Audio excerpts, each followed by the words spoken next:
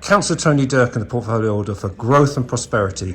We're back at the Harlow Enterprise Park, which is great to be here. And why are we here today?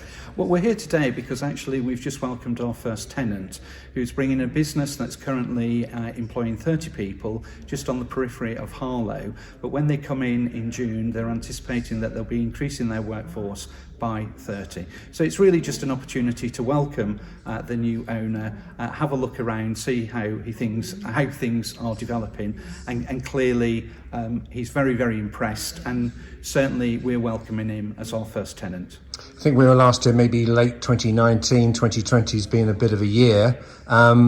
So how are things going in the park? There's lots of work going on, so that must be a good thing, but are people filling in the areas? Yeah, actually, I think we're optimistic, because we thought that it would actually slow down because of COVID, because of businesses. But no, most businesses have been expressing interest.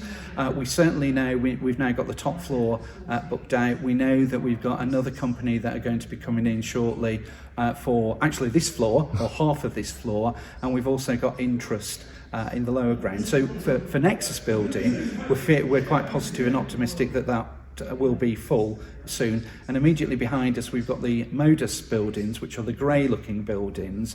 And again, we've got interest in at least two of those properties, serious interest of companies that want to come and invest in Harlow. And immediately behind me in the space, as I already said, we've got some areas there with some businesses very early on who are expressing to come in and buy the freehold and build. And one of them is a very, very exciting. If we can get that one, I think that will be really, really good for employment locally.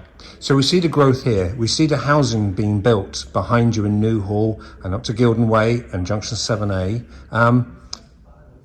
I guess you would say, and many would say, this is all good news, isn't it? Absolutely.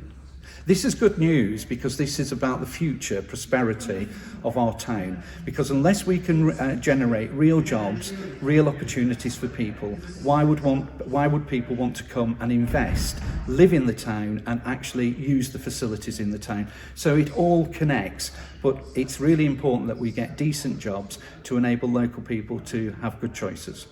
But we take you through to the town centre, and we haven't got all good news about town centre and bids and failed bids. Would you like to? Well, what would you like to say about that? No, I think the difficulty is, in regeneration, there are things that you aspire to and you don't achieve, and there are those that you aspire to and you do achieve. And also, equally, if you remember, Michael, a couple of years ago, we did that thing called Tony's Tours, where we took a whole series of people around to listen to what they thought the town centre would be. And that's actually been shaping our view and our opinion. And you were at Cabinet the other week, where we got a massive, massive good news story about £50 million investment fund directly going into the town centre.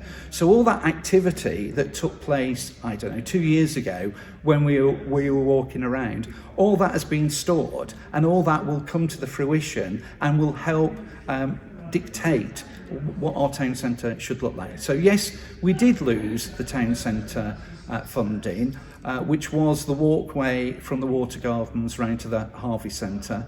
It is disappointing. We understand why we lost it, because the government unfortunately changed the criteria, and our plan couldn't facilitate that change. So we see the town centre. We'll stay in the town centre for a little bit, and you see that work is going on, isn't it? There is regeneration going on, whether it's where Strawberry Star are working, Stone Cross, etc.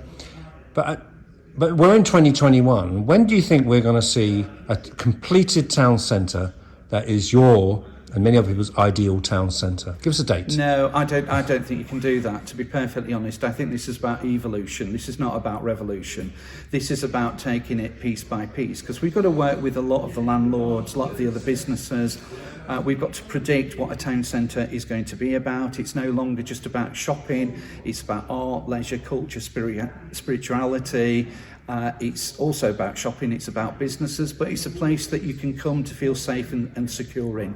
So no, I think the problem is, if you put a definitive date and say this is it, that's the wrong. It's about evolution. It's about developing it slowly, getting it right, so we're actually making the right decisions for the right reasons, for a legacy for our next generation. And finally, we talked about the big projects, but there are little bits of Harlow dotted around that we go to, and some are in in a certain stages of regeneration. Prentice Place Yeah. is one. Elm Hatch is another.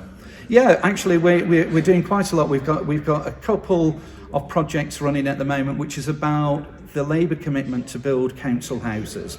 We've started the development of 16 council houses at the Bushycroft site. The developers have started this week, and in 15 months' time, we will be able to give 15 families in Harlow the chance to have a brand new, wonderful accommodation that's going to be safe, secure, and family friendly. We've also got the old Lister House surgery, which is going for final planning because of the amendments that we've made, and we're hoping that that will be starting in summer, and that will be for 59 flats, all council owned and council managed over those particular areas. Next cabinet I've got, it's only a small one, it's called For the Hills. We've got 2 council houses that we want to build there, and I just need to get approval to send that out for tendering. So that's another one that should be kicking off this year. And absolutely, we do have issues like Elm Hatch. And Elm Hatch is a challenge. It's a puzzle that we struggle with. And absolutely, we have done, I think, 3 or 4 designs. But the problem is, because we've got that beautiful church behind it, English Heritage and Essex County Council, quite rightly, don't want houses directly in front of that, which will block the view of the many to see that church. So we've had to work very, very carefully to put in a design that is suitable and sustainable, that the planning people will support, and English Heritage was. Now, I have to say to you, Michael, up to a couple of weeks ago, we just run out of ideas, but actually we went back to English Heritage again through McBain's, who have come up with a solution. So we're now working on that solution. I'm hoping it's the final solution and it's going to be a positive one, because Elm Hatch is in need for regeneration and rejuvenation at this particular time. So it's always on our agenda. It's always our ambition to achieve that. So in conclusion, from the tiny plots of land to the big projects like this, you're pretty positive about Harlow going in 2021 and beyond. I have to be honest with you, if I was a cabinet member for growth and prosperity and I was not optimistic about our drive and determination under a Labour administration to deliver real growth, real opportunity, real council housing, then I shouldn't be in this position. And yes, we have some false starts, and yes, we will be criticised, but that's all part of the journey that we're on together to make it a good place to live and a good place to own.